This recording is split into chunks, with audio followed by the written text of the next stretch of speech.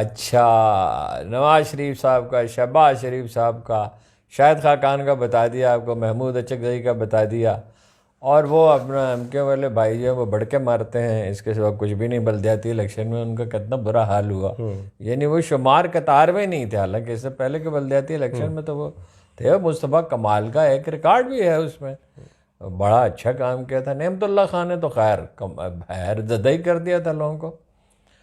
تو اس صورتحال میں مطلب کوئی گیس کرنے کی کیا ضرورت ہے؟ وہ ماشاءاللہ ان کا رنگ و روپ میں اچھے ہیں نواز شریف صاحب، اور چہرہ ان کا گلو کرتا ہے، لیکن آپ دیکھ رہے ہیں کہ آنکھوں میں ویرانی ہے اور اعتماد نہیں ہے، تسلسل کے ساتھ اس طرح گفتگو بھی نہیں کر سکتے۔ ایک آدمی ہے جو آرام کے نیند سوتا ہے، نماز پڑھتا ہے، تلاوت کرتا ہے، کتابیں پڑھتا ہے، ورزش کرتا ہے، اور دوسرے مظاہر دیکھ لیں کہ جی بچے جو ہیں وہ اس کے لیے، یعنی جہاں کہیں مخالف لیڈروں کی تصویریں لگی ہوئی ہیں ان پہ پتھر مارتے ہیں اور بھی کچھ مارتے ہیں۔ اچھا، لوگ جو ہیں اس کے لیے گیت لکھتے ہیں اور گاتے ہیں، اور دیہاتی دور دراز دیہات کے لوگ جو ہیں وہ کہتے ہیں، وہ ایک آدمی نے کہا ووٹ تو میں اپنے باپ کو نہیں دوں گا، عمران خان کے سوا۔ تو یہ جذبات میاں صاحب شدید کو پونے ہیں، 4 سال کا بچے، عورتیں، یہ جو کیمرے لیے پھرتے ہیں لوگ، موبائل لے کے گلیوں میں پھرتے ہیں لوگوں سے، ایک کانسٹیچوئنسی میں حبیب اکرم صاحب نے بہت سروے کیے ہیں، کوئی ایک سروے نہیں، ایک نارووال کی سیٹ پہ اس میں بھی ہے جائے پی ٹی آئی کا، لیکن وہاں غالباً احسن اقبال صاحب نے کچھ کام کیا ہے، تو وہاں 3% کا فرق تھا۔